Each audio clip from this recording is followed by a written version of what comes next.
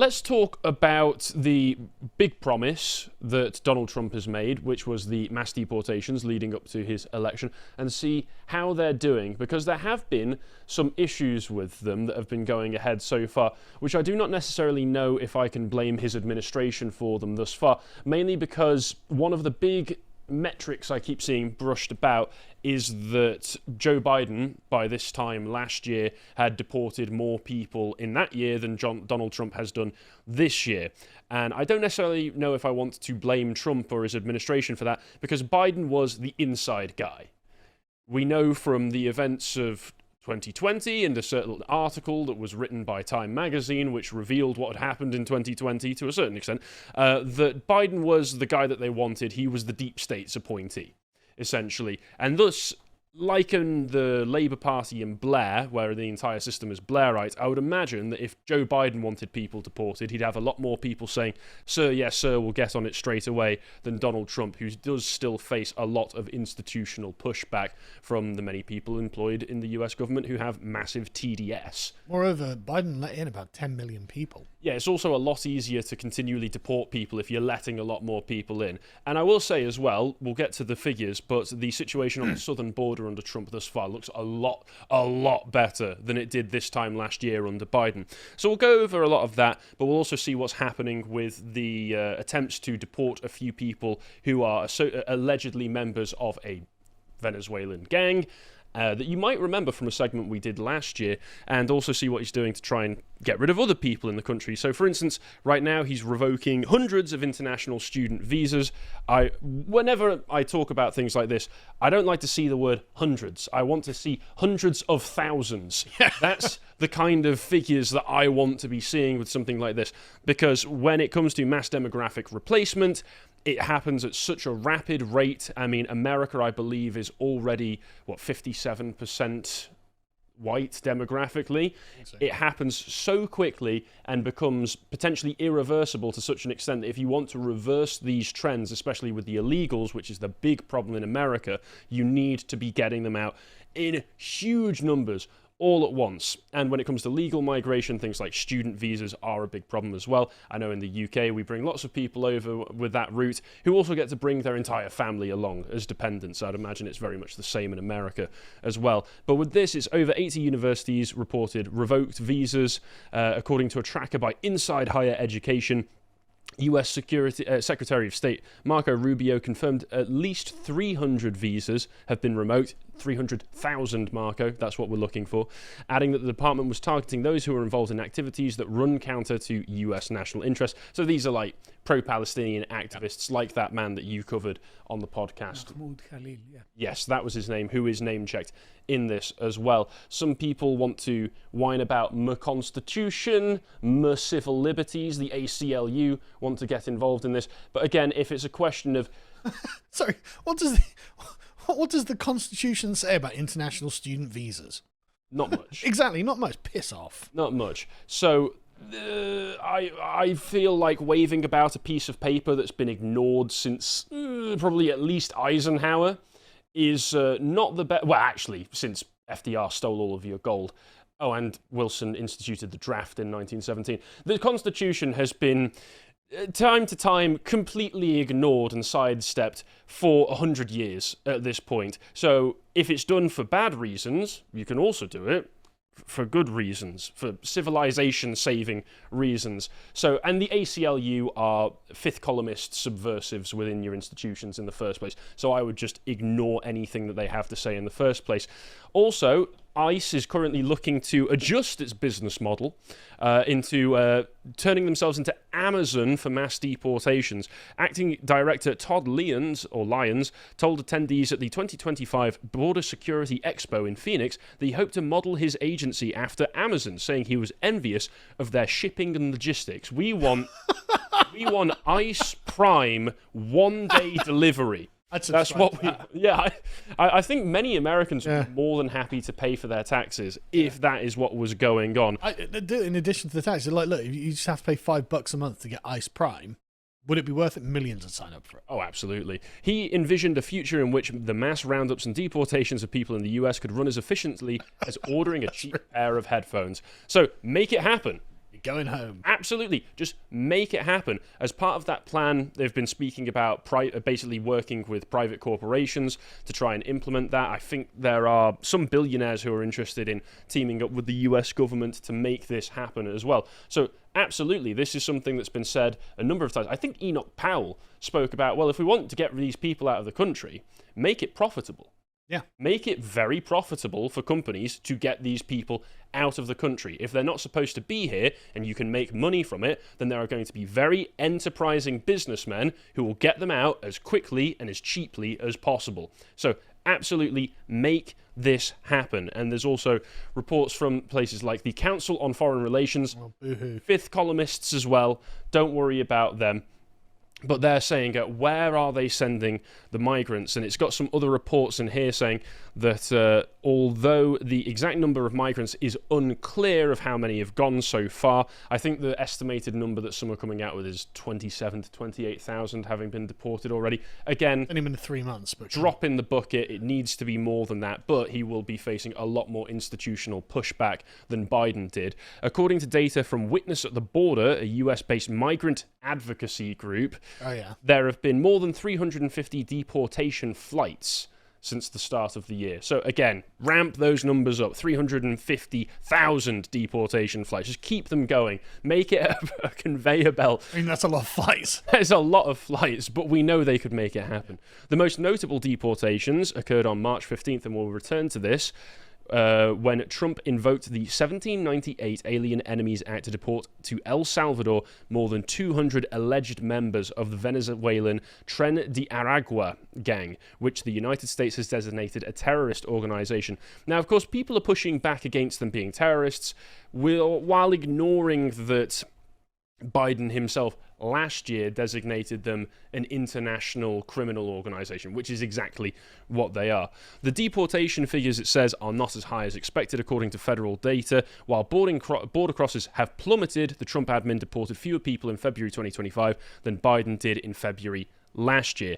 Biden deported approximately 4 million people during his presidency compared to the roughly 3 million people deported by his predecessor, Obama, who was dubbed the deporter-in-chief. That's far too good a name. So guarding the border is possible. Pardon? Guarding the border is possible. Guarding the border is possible. And again, yeah, you are absolutely right. It's a lot easier to deport millions of people when you're letting millions of people in through the border all at once. And let's take a look. First, actually, let's take a look so we can see where a lot of these people are going. Apparently, some of the people are deporting are taking quick stops in Guantanamo Bay, which is quite interesting. But most of them are not going back to their home countries. They're being taken to, like we see here, in El Salvador, where they're going to prisons, essentially, to be held, because one of the reasons that you want to deport people is they're criminals who shouldn't be in the country in the first place. I mean, if they're in the country illegally, they're automatically criminals. Violent, psychotic criminals who join satanic drug gangs whose mottos are literally kill, rape, control. Yes, and who knows how to deal with those kind of guys?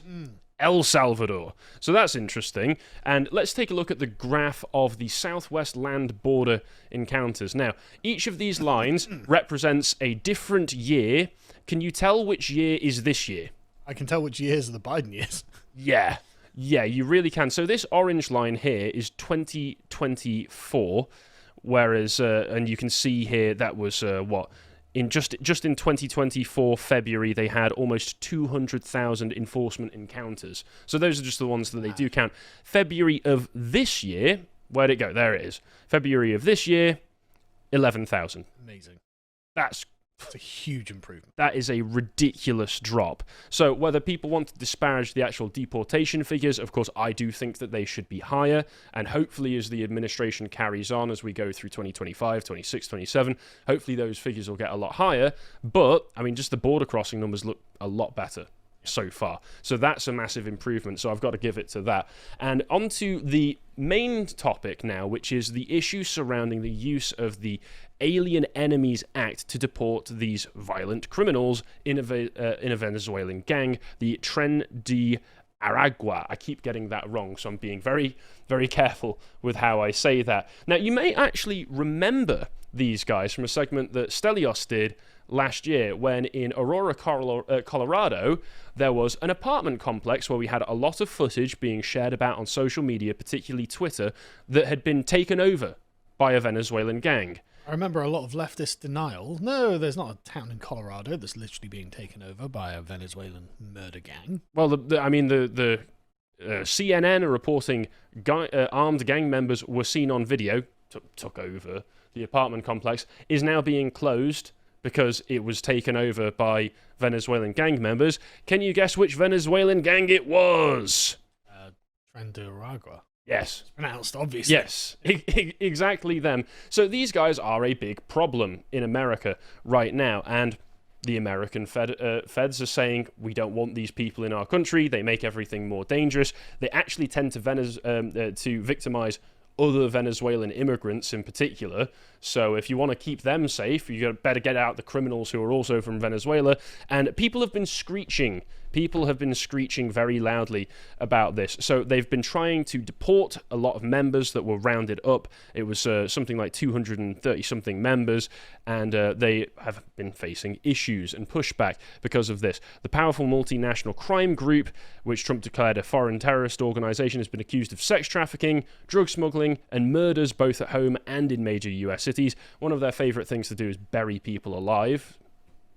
So, presumably, leftists will look at that and saying, like, no, he's just like the bugs from Starship Troopers. Don't you understand? You're the bad guys. Let them suck you. Let them bury you alive. Who cares? My media literacy isn't kicking in at the moment. Yeah, so. Clearly, I left my media literacy award at home today, sadly, so I'm just a bigot now.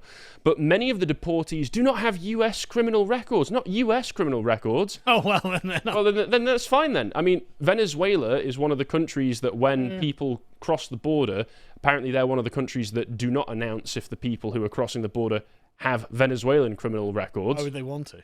Exactly. No, we're getting rid of them now. Yeah, there you go. And that was acknowledged by an ICE official court document. But again, if they're not supposed to be in the country in the first place, who cares? Some relatives of the deported migrants have told the BBC that the men have been wrongly swept up in the immigration crackdown and that they are innocent. Several other families have said that they believe the deportees were mistakenly identified as gang members because of their tattoos. And we'll take a look at some of the tattoos that we can use to identify these people in a minute. Just got a gang tattoo, bro. I don't know why you think I'm part of a gang. It's like someone saying, no, it's a Buddhist swastika. What are you talking about? You know, yeah, right, okay. Bro. I would like to see someone try and pull that one off. Like you go into the prison. No, this isn't the Aryan Brotherhood. These aren't swastikas. What are you talking about?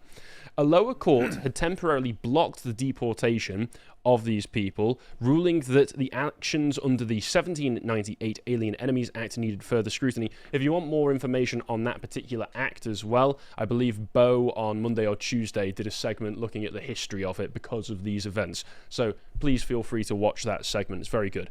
Trump has alleged that the migrants were members of the gang, conducting irregular warfare against the US and could therefore be removed under the act. I think there's a fair argument to be made that if foreign countries are allowing their criminal murder rape gangs to come into your country, that that's a weird irregular form of warfare, but basically warfare. Monday's ruling said that the challenge brought by the American Civil Liberties Union, the ACLU, of course it was, on behalf of the 5 migrants, was raised improperly in a Washington, D.C. court, not in Texas, where the migrants are confined. The U.S. court, the Supreme Court, has cleared the way for Trump to use the act, but it needs to be given the right of habeas corpus. So in Texas, it needs to go back through the Texan court system, I believe. While the administration is claiming the ruling as a win, the justice is mandated that deportees must be given a chance to challenge their removal. Can you guess? It was a 5-4 split, right? Can you guess which conservative justice? Tony Barrett. Yep, she sided with the dissenters. Of course I can. Of course she did. Aaron Thomas probably wrote one single line. Just clear him out. Yeah, exactly. It carries on to say the notice must be afforded within a reasonable time in such manner as will allow them to actually seek habeas relief in a proper venue before such removal occurs. The only question is which court will resolve that challenge. The ACLU has also claimed that the ruling is a huge victory, because of course it is, because it means that criminals get to stay in the US for a little while longer, and that's all these kinds of civil liberty unions. All they want to do these days is just make sure that leftism is enforced by the courts. People can point to the ACLU in the past defending literal Nazis under the rights of the First Amendment and free speech. That was then, this is now. I mean, they were defending citizens. Now they're not defending citizens. No. The ACLU released a statement saying that we are disappointed that we'll need to start the court process over again. No, you're not. No, you're not. In a different venue, but the critical point is the Supreme Court said individuals must be given due process to challenge their removal under this act. Now, that just means that, fantastic, we have free reign to waste as much time as possible in all of these circumstances, which means round and round we go, but hopefully that this can get pushed through and you can start getting criminals en masse out of your country, because I don't think having South American murder rape gangs in America is a good thing. Shocking, but that's where the ACLU and I disagree on something. I have a radical right-wing perspective. Murder rape gangs are not good. I know, right? I know. But here's the information where the media en masse. I've got this NBC article up because it's representative, but lots and lots of places, NBC, CNN, New York Times, all of them at the same time have gone, you can't use these tattoos to identify gang members just because all of the gang members have these same tattoos. And so let's take a little read of this. So Robert Cerner, the acting field office director of enforcement and removals at Immigration and Customs Enforcement, said in a sworn declaration on Monday that officials did not solely rely on tattoos to identify the deportees as alleged gang members. I would imagine they did something like also say, well, you've got the tattoos, all of your friends are also members of this gang, therefore, you're probably a member of this gang. They've not released more information about what they used to identify them, but I would imagine the process was something like that. All of your associates are gang members, you dress like them, you have the same tattoos, you're probably a gang member. It's just such a weird coincidence as well. It's not like it's Ethel on a bloody council estate up in Bradford or Birmingham or something. No. You know, if you know, little old lady has this tattoo, I'd be like, okay, probably not connected to the gang. For some reason, she just happened to get a tattoo that looks exactly like the gang tattoo, right? But if it's Central American migrants who are just hanging out with all of these gang members, and I just happen to have the gang tattoo too. What coincidence, right? What were the odds, right? Well, I've not committed any crimes that I've been caught for in the country so far. I've not got a record yet, so there you go. There's nothing wrong with it. But the thing is, you would have to be an absolute moron to be like, look, okay, I know that this gang identifies themselves with a tattoo. I just really like the tattoo. I just really want a tattoo just like it. One of my favorite. Harry's gonna have a Viking tattoo, and they're not gonna mix it. Yeah. And Harry's gonna go to El Salvador. Yeah, just sorry, I got no sympathy. You're a moron. One of my favorites was that they one of the articles, I think it was maybe the Independent, basically got in touch with a load of tattoo artists who were saying, "Wait, these are tattoos that I did," and they were saying, basically, well, he didn't say it was gang-related when I was giving him the tattoo. Oh, no, shit, Sherlock. So why? This is an interesting knife you're getting on. What about the people standing around? Yeah, like you're going to be laying there getting a tattoo, just like, oh, yeah, I'm a murderer, actually. Yeah, I just want to, I had to murder someone to get this. Tattoo artist is just like, oh, that's interesting, and carries on. I mean, come on, how desperate do you have to get? So, carrying on, family members' attorneys saying, oh, the inkings in question indicate the men are sports fans or family men. Okay, they believe their clients and deported relatives were falsely accused and targeted because of their tattoos, and it's not the case, according to Rona Risquez, an expert on the group Tren de Aragua, who authored the Spanish-language book "The Gang That Revolutionized Organized Crime in Latin America." Yeah, let's get more of those guys in. She says to be a member of one of these Venezuelan organizations, you don't need a tattoo. You can have no tattoos and still be part of the gang. You can also have a tattoo that members other members of the organization. So, yeah, you don't need the tattoo to get in the gang. It just so happens that ICE and other federal agencies in the US have noticed all of the members of this gang happen to have these tattoos, but you don't need them. You don't need them, says Rona Risquez, who we're going to take her word over everybody else's. Amazing. Because law enforcement and immigration officials across the nation have linked several tattoos to them. Stars on shoulders, crowns, firearms, grenades, trains, dice, predatory felines, gas masks, clocks, the Illuminati sign, and the jersey number 23, which basketball players including Michael Jordan and LeBron James made famous. So that's where they're just sports fans, bro. They just have firearms, grenades, trains, dice, tattoos all over them, and also the 23. Mate, What family man doesn't have that tattooed all over them? Other tattooed phrases law enforcement says are associated with the gang include something that translates to Sons of God and something that translates to Real Until Death. Also something funny, El Salvador, I believe, when they've been getting these people into their prisons, have been giving them the MS-13 treatment. Good. Which is filming them being ritually humiliated. Which, yeah, if you're a rape, murder, drug gang, no sympathy, mate. I'm Sorry. really unsympathetic to that, yeah. Yeah, and here's an example of the kind of tattoos they've been using to identify these members of the gang. Now, this Salute me or shoot me. average family man. Yeah. Average family man right here. So, again, it's a shame and it's annoying that these groups, these courts, are trying to block these deportations because they desperately are needed when, again, these gangs are dangerous enough that they will just go into an apartment block, take the place over and turn it into a haven for criminals. That's not the kind of thing that leads to a stable civilization. That's the sort of thing that leads to, I don't know, El Salvador up until 2 years ago. And that's not the kind of country you want to be living in. So I hope that these can get put through the court properly. I hope that these people can be taken out of the country appropriately, because you don't want these in the country. Harry, just looking at this, I see it says there, amor es dolor, and I just typed it and it says, love is pain. So just imagine, and it's maybe they made a mistake here. I don't know if it's a he's deeply Nietzschean. That's what this is. He's just a big philosophy fan. So it says, love is pain, salute me or shoot me, love for the dead. You've got the crown on there. You've got dollar signs, MOB, whatever that means. Another mob. Crown. Money mob. Oh, yeah, that's what mob, it means. Yeah. Oh, yeah, mob. Stupid. I just assumed that it was an initials for something. But yeah, I look at this guy. I'm walking down the street. This guy, presumably topless, is walking along. I'm crossing. I'm getting to the other side of the road because this guy is obviously a criminal.